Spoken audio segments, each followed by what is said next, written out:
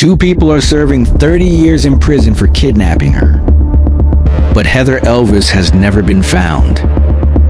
No body, no confession, no proof of what actually happened after her car was found abandoned at a boat landing in the middle of the night.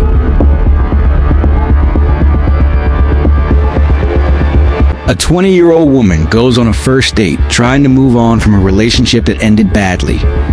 By sunrise, she's gone.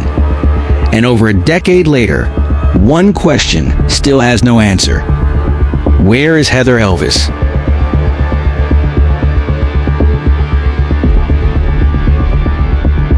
Heather Elvis was 20 years old, working as a hostess at the Tilted Kilt restaurant in Myrtle Beach, South Carolina.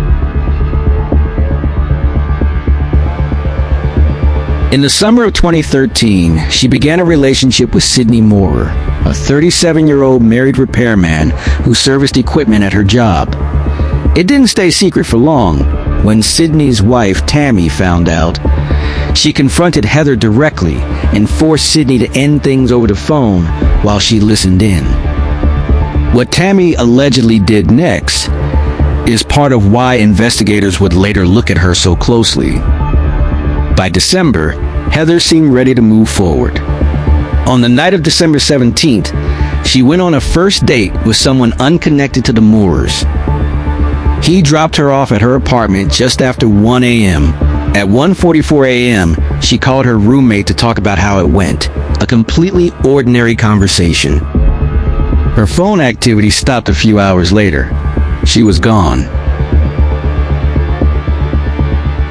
At around 4 a.m. on December 18th, a patrol officer found Heather's car abandoned at Peachtree Landing, a remote boat ramp outside Myrtle Beach.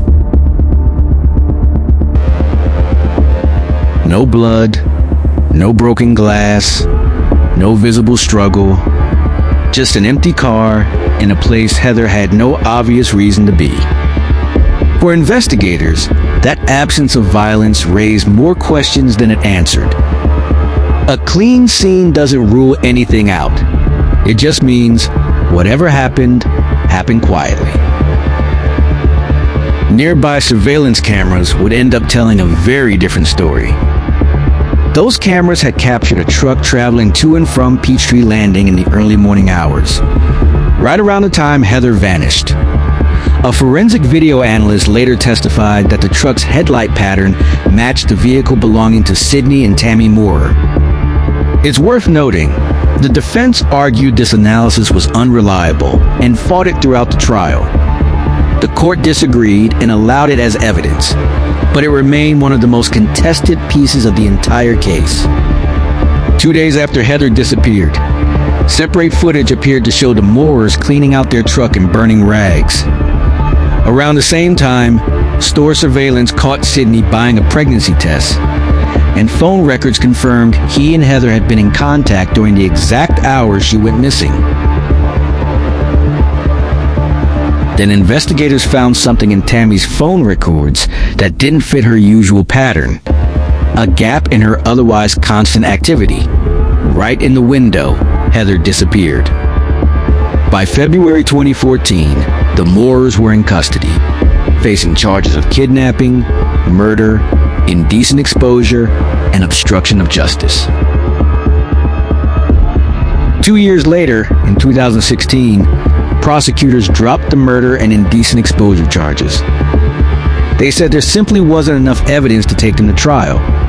The kidnapping charges stood. Sydney's first kidnapping trial in 2016 ended in a hung jury. He was convicted separately of obstruction of justice in 2017, essentially for lying to police about his whereabouts that night. Tammy was convicted of kidnapping and conspiracy in October 2018 and sentenced to 30 years. Sydney was retried on the kidnapping charge in 2019 and convicted as well. Same sentence. Both convictions were upheld on appeal in 2023. Neither Moorer has stopped fighting the verdict since. In March 2025, Sydney Moorer filed for a new trial. In simple terms, he's arguing three things.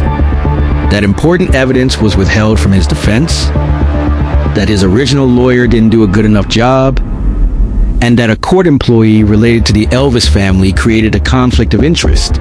7 months later, in October 2025, Tammy filed her own separate requests, arguing her defense team failed to properly prepare her case. Both requests are still pending. Heather's parents, Terry and Debbie, have spent over a decade without a body to bury. Every December since 2013, the family has held a vigil. Before any of this happened, Heather was studying cosmetology, working toward a career doing hair and makeup. The kind of future most 20-year-olds are just starting to build. That's the detail easy to lose in a case built on surveillance footage and court filings. She wasn't just a case file. She was someone with an ordinary, hopeful plan for her life that never got to happen. 2 people are now serving 30-year sentences for kidnapping her, not murder. Without her remains, prosecutors were never able to legally prove what happened after that truck left Peachtree Landing.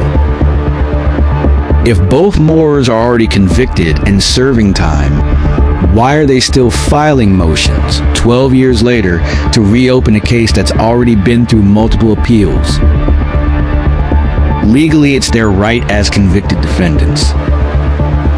But it's also why this case has never fully closed for the people still waiting on an answer. Here's what the record actually shows and what it doesn't.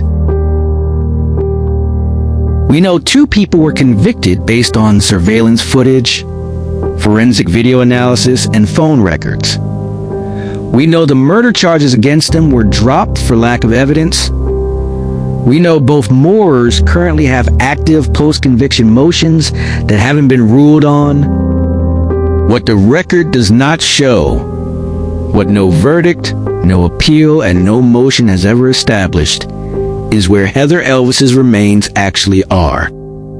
If you followed this case, let me know what you make of the pending motions in the comments. For more documented source cold cases, subscribe to Dark Meridian. 2 courts, 2 juries decided Heather Elvis was kidnapped that morning. So if that much has already been proven, where's the one piece of evidence that could finally tell her family what happened to her